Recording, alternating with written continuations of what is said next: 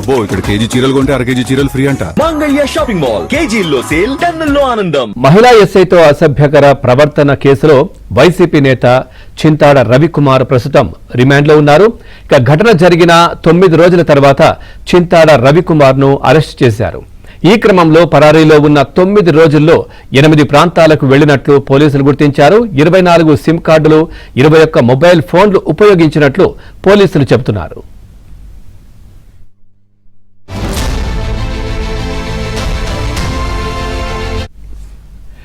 విజయనగరం, బెంగళూరు, విజయవాడ, ఒడిశా, అరకు ప్రాంతాల్లో మకాం వేశారు. అరకు నుంచి శ్రీకాకుళం వైపు కారులో వస్తుండగా ఎచ్చెర్ల మండలం చిలకపాలెం వద్ద టాస్క్ ఫోర్స్ పోలీసులు అదుపులోకి తీసుకున్నారు. ఇక రవికుమార్ ను అదుపులోకి తీసుకున్న తర్వాత ఎందుకు పరారయ్యారని పోలీసులు ప్రశ్నించగా తాను ఇంట్లోనే ఉన్నానని చింతాడ సమాచారం ఇచ్చారు. పూర్తి సమాధానం ఈ విధంగా చెప్పారు. దీంతో పారిపోయినట్లు అధికారులను చూపించడంతో చింతాడ రవికుమార్ మౌనంగా ఉండిపోయారు.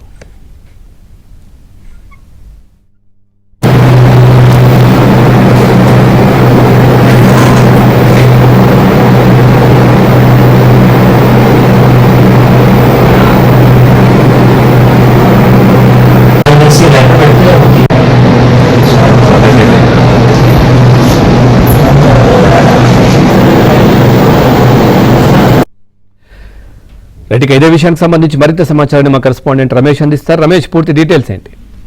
పవన్, ఏదైతే శ్రీకాకుళం జిల్లాలో మహిళా ఎస్ఐపై దాడి కేసులో ప్రధాన ముద్దాయిగా ఉన్నటువంటి ఆంధ్రప్రదేశ్ వైసీపీ ఇన్ఛార్జ్ చింతాడ రవికుమార్ దాదాపుగా 9 రోజులు అబ్స్కాండ్ తర్వాత పోలీసులు పట్టుకోవడం, ఆ తర్వాత నిన్న మేజిస్ట్రేట్ ముందు హాజరుపరచడం, 13 రోజులు రిమాండ్ విధించడం, ఇవన్నీ కూడా మనకు తెలిసిందే. అయితే ఈ కేసులో మొదట అదుపులోకి తీసుకున్న తర్వాత పోలీసులు చింతాడ రవికుమార్ ను విచారించేటటువంటి క్రమంలో చాలా ఆశ్చర్యకరమైనటువంటి విషయాలు వెలుగులోకి వచ్చాయి. ప్రధానంగా 30వ తేదీన జగన్మోహన్ రెడ్డి పర్యటన సందర్భంగా మహిళా ఎస్ఐ ప్రవళిక పైన దాడి చేశారు, అనుచితంగా ప్రవర్తించారని ఆ రోజే ఎఫ్ఐఆర్ నమోదైంది. అయితే ఎఫ్ఐఆర్ నమోదైన తర్వాత చింతాడ రవికుమార్ ఇక తనకు అరెస్టు తప్పదని భావించి ఆ రోజు అక్కడి నుంచి పరారయ్యారు. దాదాపుగా 9 రోజుల పాటు 8 ప్రాంతాలు మారుస్తూ ఆయన మొత్తం పరారీలో తిరిగినట్లు పోలీసులు ప్రాథమికంగా గుర్తించారు. ఈ క్రమంలో 24 సిమ్ కార్డులు, అదేవిధంగా 21 సెల్ ఫోన్, మొబైల్ ఫోన్లు వినియోగించినట్లు కూడా పోలీసులు గుర్తించారు. మొత్తం కూడా ఈ రకంగా మొత్తం సెల్ ఫోన్లు మార్చడం, సిమ్ కార్డులను భారీగా వినియోగించడం ద్వారా ఎక్కడ ఉన్నారో ఐడెంటిఫై చేయకుండా పోలీసులు కన్నుగప్పి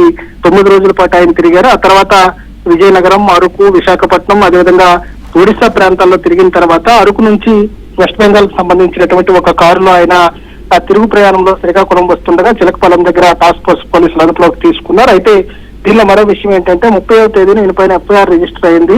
రిజిస్టర్ అయిన తర్వాత ఈయన మొదటిసారిగా ఆంధ్రవలస నుంచి నరసన్నపేట వెళ్లారు. నరసన్నపేటలో ఉండేటటువంటి వైసీపీకి సంబంధించినటువంటి సీనియర్ నేత, మాజీ మంత్రి ఇంట్లో ఆయనకు ఆశ్రయం ఇచ్చినట్లు తెలుస్తోంది. ఆ తర్వాత ఆయన సూచన మేరకు అక్కడ నుంచి ఆయన రహస్యంగా విశాఖపట్నం వెళ్లిపోయారు. ఆ తర్వాత అక్కడ తనకు ఉండేటటువంటి స్నేహితుడు, పాత స్నేహితుడు ఇంటికి వెళ్లారు.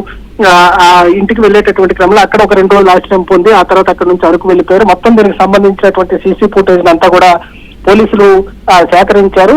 ముఖ్యంగా మొదటి రోజు ఎక్కడైతే ఈయన పట్టుబడ్డారో ఆ తర్వాత ఆయన పాతపట్నం స్టేషన్ కి తీసుకువెళ్లి విచారించారు, ప్రాథమిక విచారణ. ఈ విచారణలో ఎందుకు అబ్స్టాండ్ అయ్యారు, ఎందుకు పరారవ్వాల్సి వచ్చింది, ఎలా పరారయ్యారు అనేటటువంటి దానిపైన పోలీసులు ప్రాథమికంగా విచారించినప్పుడు తనకేమీ తెలియదు, తన ఊర్లోనే ఇంట్లోనే ఉన్నానని చెప్పి సమాధానం, ఏమీ తెలియనట్టు సమాధానం ఇచ్చారు. దీంతో పోలీసులు ఏదైతే స్క్రీన్ పైన కనబడుతున్నటువంటి సీసీటీవీ ఫుటేజ్ ను చింతాడ రవికుమార్ కు చూపించారు. ఇదేంటని ప్రశ్నిస్తే ఇక మౌనం దాల్చినటువంటి చింతాడ రవికుమార్ తర్వాత రిమాండ్ కు వెళ్ళిపోవడం, మేజిస్ట్రేట్ ముందుకు వెళ్ళిపోవడం జరిగింది. Right, thank you Ramesh, thanks for the updates.